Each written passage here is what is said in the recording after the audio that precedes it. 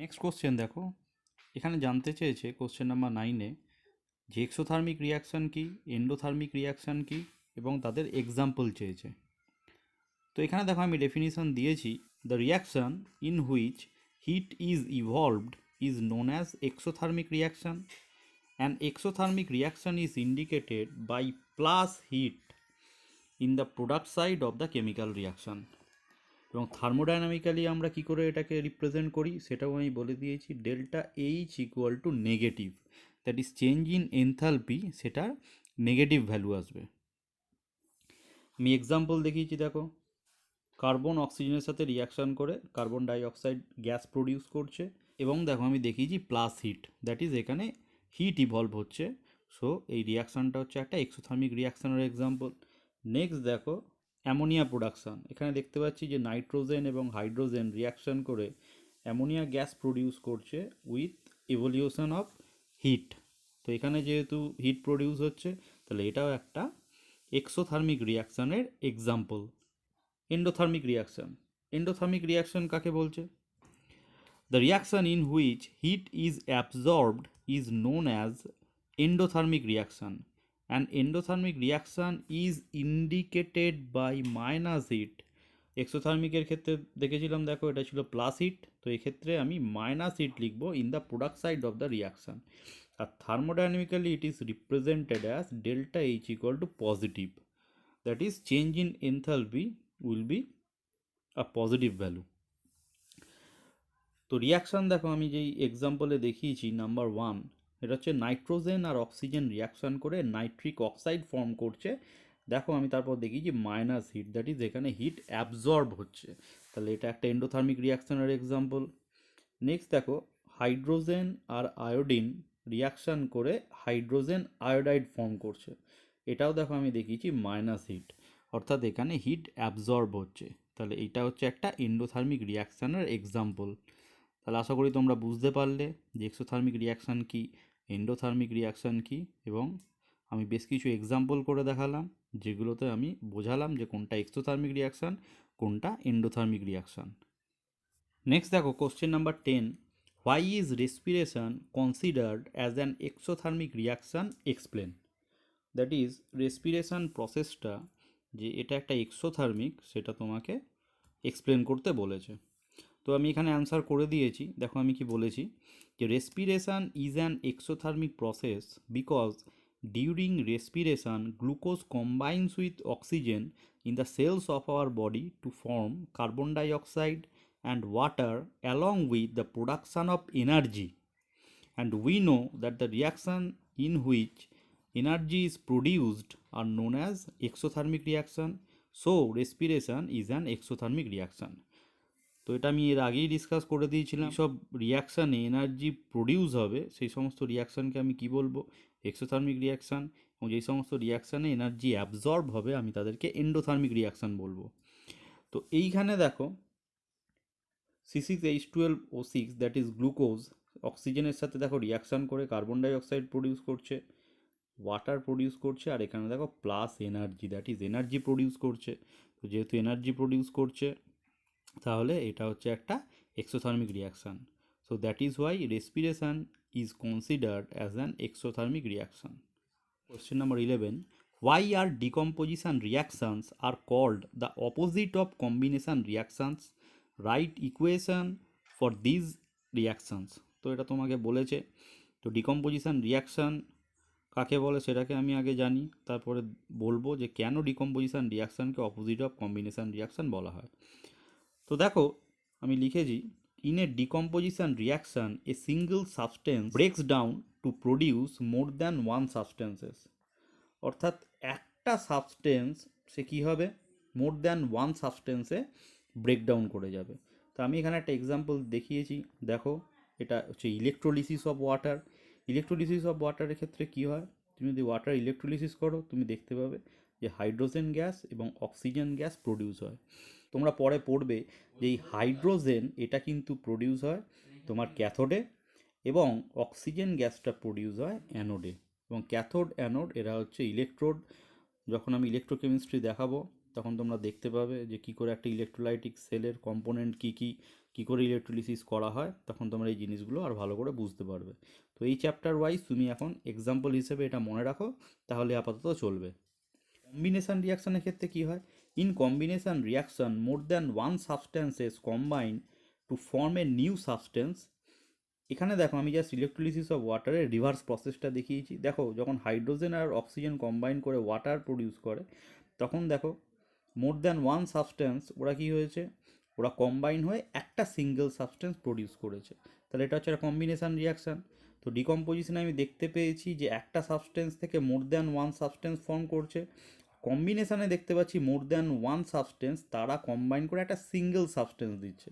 তাহলে আমি বুঝতেই পারছি এক্সাম্পল থেকে যে ডিকম্পোজিশন রিয়াকশানটা হচ্ছে কম্বিনেশান রিয়াকশানের opposite process. Question number 12, write one equation each for the decomposition reactions where energy is supplied in the form of heat, light and electricity. তো দেখো আমি ভেরিয়াস এক্সাম্পল এখানে করে দেখিয়েছি। ফার্স্ট দেখো আমি যেটা করেছি যে বাই অ্যাকশন অফ হিট, তার ক্ষেত্রে দেখো ক্যালসিয়াম কার্বনেট দেখো থার্মালি ডিকম্পোজ হয়ে ফর্ম করেছে calcium oxide and carbon dioxide. তাহলে এটা হচ্ছে এমন একটা ডিকম্পোজিশন রিয়াকশান যেখানে এনার্জি সাপ্লাই করেছো অ্যাজ এ হিট।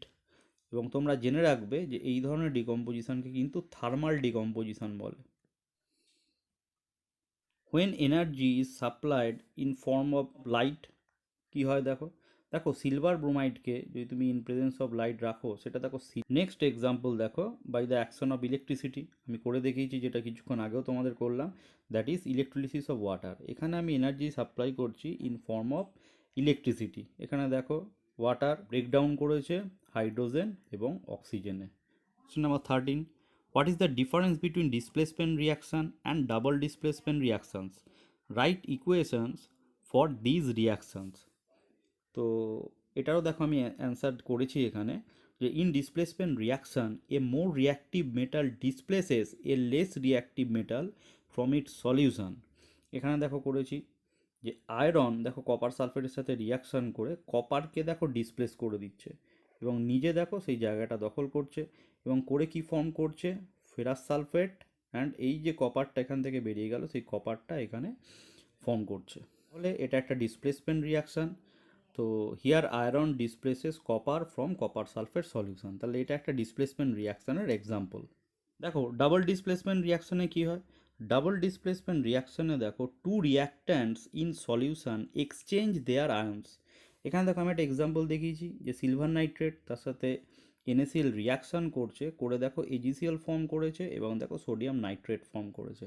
তাহলে এখানে আমি দেখতে পাচ্ছি যে এখানে দেখো দুটো আয়ন এক্সচেঞ্জ হয়েছে, এখানে সিলভার আয়ন, এখানে দেখো সোডিয়াম আয়ন, এবং ফর্ম করেছে silver chloride and sodium nitrate. তাহলে এখানে আমরা দেখতে পাচ্ছি যে এখানে দুটো রিয়াক্ট্যান্ট তারা কিন্তু আয়ন এক্সচেঞ্জ করেছে। তাহলে এটা একটা ডাবল ডিসপ্লেসমেন্ট রিয়াকশানের এক্সাম্পল। দেখো question number 14, in the refining of silver the recovery of silver from silver nitrate solution involved displacement, right down the reaction involved. তো আমি রিয়াকশানটা এখানে করেছি যে 2AgNO3 plus Cu equal to CuNO3 whole 2 plus 2Ag। তো এখানে দেখতে পাচ্ছি যে সিলভার নাইট্রেট কপারের সাথে রিয়াকশান করে কপার নাইট্রেট ফর্ম করছে along with silver. What do you mean by a precipitation reaction, explain by giving example. তো এখানে দেখো আমি ডেফিনিশানটা দিয়েছি যে reaction in which an insoluble solid is formed that separates from the solution is called a precipitation reaction and the insoluble solid so formed is known as precipitate। এবং প্রেসিপিটেটকে তোমরা দেখতে পাবে প্র্যাকটিক্যাল ক্লাস করব তখন দেখবে যে প্রেসিপিটেটকে এরকম PPT এইভাবেও লেখা হয়। When barium chloride solution is reacted with sulfuric acid, a white precipitate of barium sulfate is produced and the barium sulfate is an insoluble solid। যেহেতু এই প্রেসিপিটেট একটা ইনসলিউবল সলিড, দেখো আমি উইদিন ব্র্যাকেট এস লিখে দিয়েছি। তো এক্ষেত্রে কি হয়, প্রেসিপিটেট যখন ফর্ম করে আমি তখন দেখতে পাবো যে এটা নিচে থিতিয়ে পড়ে। আমি ব্যাপারটা তোমাদেরকে বোঝাবার চেষ্টা করছি। দেখো এই ধরো একটা টেস্ট টিউবে তুমি বেরিয়াম ক্লোরাইড সলিউশন নিয়েছো, এবার ধরো তুমি এখানে সালফিউরিক অ্যাসিড অ্যাড করলে, তাহলে আমি দেখতে পাবো যে সাথে সাথে একটা হোয়াইট কালারের বেরিয়াম সালফেট এই নিচটায় সেটেল ডাউন করে। তো এই যে একটা হোয়াইট কালারের সলিড যেটা ইনসলিউবল, কারণ যদি এটা সলিউবল হতো তাহলে কি হতো যে ওই মিডিয়ামে সে মিশে যেত, আমি তাদেরকে দেখতে পেতাম না। যেহেতু এটা ইনসলিউবল সলিড, দ্যাট ইজ ওই মিডিয়ামে নিজে মিশছে না, সেক্ষেত্রে আমি এই সেটেল ডাউন করা প্রেসিপিটেটটাকে দেখতে পাবো এবং সেটা একটা সলিড ফর্মে থাকে। তো আশা করি তোমরা বুঝতে পারলে যে প্রেসিপিটেশন রিয়াকশন কাকে বলে, কারণ এখানে দেখতে পাচ্ছি একটা insoluble solid that is precipitated এখানে ফর্ম করছে, তাই এই রিয়াকশানকে আমরা প্রেসিপিটেশন রিয়াকশান বলবো। এরপরে আমরা আরও অনেক প্রেসিপিটেশন রিয়াকশান পড়বো টাইম টু টাইম, তখন আমি তোমাদেরকে বলে দেবো যে এইগুলো প্রেসিপিটেশন রিয়াকশানের example. Question number 16, explain oxidation and reduction in terms of gain or loss of oxygen with two examples each. তো এই কোশ্চেনটা আমি থিওরিটিক্যাল ক্লাসেই আমি ডিসকাস করে দিয়েছি, তাই এটা আমি আর নতুন করে কিছু বলছি না। তো তোমাদের আশা করি মনে আছে, যদি আমি দেখি যে কোনো একটা স্পিসিসে অক্সিজেন অ্যাড হলো অথবা কোনো একটা স্পিসিস থেকে হাইড্রোজেন লস হলো, তাহলে সেই প্রসেসটাকে আমি বলবো অক্সিডেশান। আর যদি দেখি কোনো স্পিসিস থেকে অক্সিজেন রিলিজ হচ্ছে অথবা হাইড্রোজেন অ্যাডিশান হচ্ছে, তাহলে সেই প্রসেসকে আমি বলবো রিডাকশান। তাছাড়াও তোমাদের আশা করি মনে আছে, আমি ইলেকট্রনিক প্রসেসের মাধ্যমেও অক্সিডেশান রিডাকশান বুঝিয়েছিলাম যে যখন ইলেকট্রন রিলিজ করে কোনো স্পিসিস, সেই প্রসেসটা হচ্ছে অক্সিডেশান, এবং যখন কোনো স্পিসিস ইলেকট্রন গেন করে, সেই প্রসেসটা হচ্ছে রিডাকশান। তো আমি তোমাদেরকে আগে একটা রিডাকশানের এক্সাম্পল দেখিয়েছিলাম যে Cl2 প্লাস 2E এটা 2Cl মাইনাস ফর্ম করছে। তাহলে এখানে দেখো ক্লোরিন গ্যাস কি করছে, ক্লোরিন গ্যাস দুটো ইলেকট্রন অ্যাকসেপ্ট করছে করে Cl মাইনাস ফর্ম করছে। তাহলে এই প্রসেসটাও কিন্তু একটা রিডাকশান প্রসেসের example. Number 17, A shiny brown coloured element X on heating in air becomes black in color. Name the element X and the black colored compound formed. তো এই যে এলিমেন্ট এক্স, এটা আর কিছু না, এটা হচ্ছে copper. The black colour compound যেটা form করেছে সেটা হচ্ছে কপার অক্সাইড। তো রিয়াকশানটা আমি এখানে করে দিয়েছি, দেখো যে 2Cu plus O2 equal to 2CuO। তাহলে এটা কপার, এটা ব্রাউন, এবং যে কপার অক্সাইড ফর্ম করছে সেটা হচ্ছে ব্ল্যাক। তাহলে তোমরা দেখতে পাচ্ছ যে আমি এটা যদি অক্সিডেশন রিডাকশানের সাপেক্ষে যদি করি, এখানে দেখো কপার অক্সিজেনের সাথে রিয়াকশান করে ফর্ম করেছে কপার অক্সাইড। তাহলে তোমরা দেখতে পাচ্ছ, দেখো Cu তার সাথে দেখো অক্সিজেন অ্যাড হয়ে CuO করছে, তাহলে এইটা অবশ্যই অক্সিডেশন প্রসেস। দেখো question number 18, why do we apply paint on iron articles. তো এক্ষেত্রে দেখো আমি লিখেছি যে paint does not allow iron articles to come in contact with acid moisture and saves iron articles from damage due to rusting. Next question number 19, oil and fat containing food items are flushed with nitrogen, why. তো এটা আমি লিখেছি যে to keep food items fresh and safe from getting oxidised, food items are flushed with nitrogen. Next question দেখো, explain the following terms with one example each, corrosion and rancidity. তো corrosion কাকে বলে? It is the process in which metals are destroyed gradually by the action of air, moisture or acid in their surface. When iron is exposed to moist air or acid for a long period of time, its surface acquires a coating of a brown substance called rust. Rust is mainly hydrated iron oxide. এবং দেখো আমি রিয়াকশানটা এখানে করে দিয়েছি, এই রিয়াকশানটাই কিন্তু তোমাদের লিখতে হবে। এবং এই আগে যেই কোয়েশ্চেনটা আমি করালাম ওখানে জানতে চেয়েছিল যে কেন আমরা পেন্ট করি। তো এই যে রাস্ট ফর্ম করছে, that is hydrated iron oxide, হাত থেকে আয়রনকে বাঁচাবার জন্যই আমরা কি করেছিলাম, আয়রনের সারফেসে পেন্টিং করেছিলাম। তো তো এই একটা অ্যান্সারের মাধ্যমে কিন্তু আমাদের দুটো কোশ্চেন কভার করছে। Rancidity, the condition produced by aerial oxidation of fats and oils in food marked by unpleasant smell and taste is called rancidity. Rancidity spoils the food material prepared in fats and oils which have been kept for a considerable time and makes them unfit for eating. তো এর আগে এটা আমি discuss করেছিলাম theoretical ক্লাসে।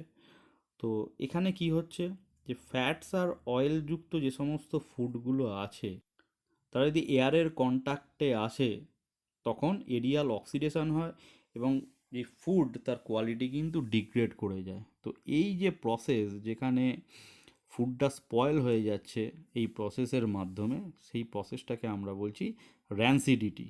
এই যে rancidity can be prevented by adding antioxidants to foods containing fats and oils. তো অ্যান্টিঅক্সিডেন্ট আমরা এখানে কেন ইউজ করি? তাহলে ফুড আইটেমগুলো সরাসরি অক্সিজেনের প্রেজেন্সে আসতে পারছে না due to addition of this antioxidant, এবং এইভাবে আমরা এই র্যান্সিডিটিটাকে প্রিভেন্ট করতে পারি। আরেকটা প্রসেস যেটা আমি দেখিয়েছিলাম কিছুক্ষণ আগে একটা কোশ্চেনের থ্রু দিয়ে, সেখানে আমরা দেখেছিলাম যে আমরা সিলিংয়ের আগে যদি আমি নাইট্রোজেন দিয়ে ফ্লাশ করি এই ফুড আইটেমসগুলো, তাহলে সেটাও কিন্তু র্যান্সিড হওয়ার হাত থেকে বাঁচাতে পারে।